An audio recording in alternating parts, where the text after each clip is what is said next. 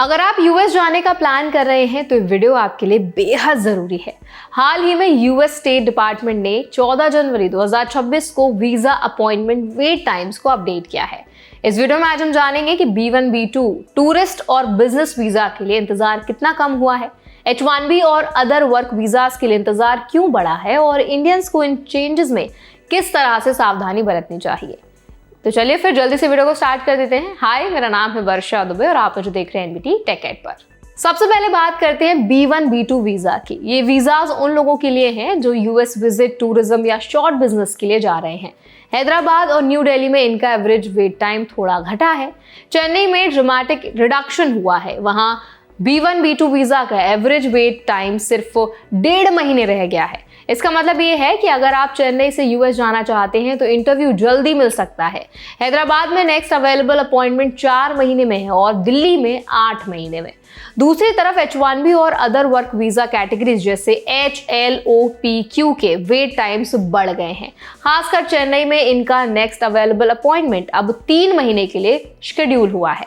इसका मेन कारण state department की दिसंबर 3, 2025 की नई मैंडेट है, जिसमें हर H1B एप्लीकेंट और उनके H4 डिपेंडेंट्स के लिए ऑनलाइन प्रेजेंस रिव्यू मैंडेटरी कर दिया गया है।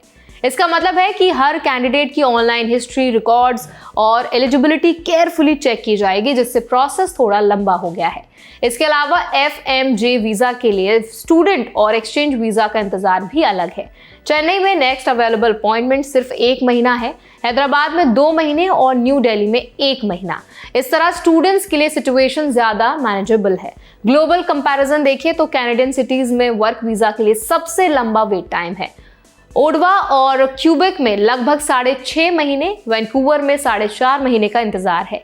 ये दिखाता है कि यूएस में इंडियन एप्लीकेंट्स के लिए अभी भी रिलेटिव एडवांटेज है, खासकर B1 B2 और स्टूडेंट वीजाज में। ये समझना जरूरी है कि रिपोर्टेड एवरेज वेट टाइम्स केवल गाइडलाइन है। इसका मतलब ये नहीं है कि आपको एग्जैक्ट टाइम में अपॉइंटमेंट मिलेगा। यूएस एम्बेसीज और कॉन्सुलेट्स कभी कभी एक्स्ट्रा स्लॉट्स रिलीज करती हैं। अगर आप जल्दी अपॉइंटमेंट चाहते हैं तो रेगुलर चेक करना और शेड्यूल बदलना हेल्पफुल होता है। एक और इम्पॉर्टेंट पॉइंट है इंटरव्यू वेवर पॉलिसी, जिसे ड्रॉप बॉक्स सिस्टम भी कहते हैं।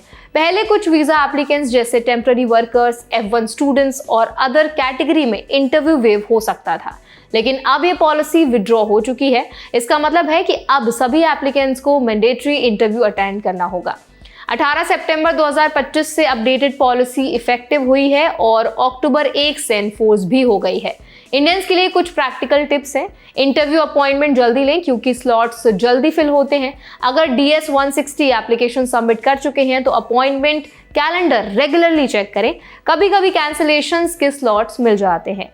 फाइनेंशियल प्रूफ, इन्विटेशन लेटर्स और डॉक्यूमेंट्स रेडी रखें। मिसिंग या इनकम्प्लीट डॉक्यूमेंटेशन जो है वो आपके डिले का कारण बन सकता है। H1B या अदर वर्क वीजा के एप्लीकेंट्स को ऑनलाइन प्रेजेंस और एलिजिबिलिटी डॉक्यूमेंट्स वेरीफाई करके प्रिपेयर रहना चाहिए।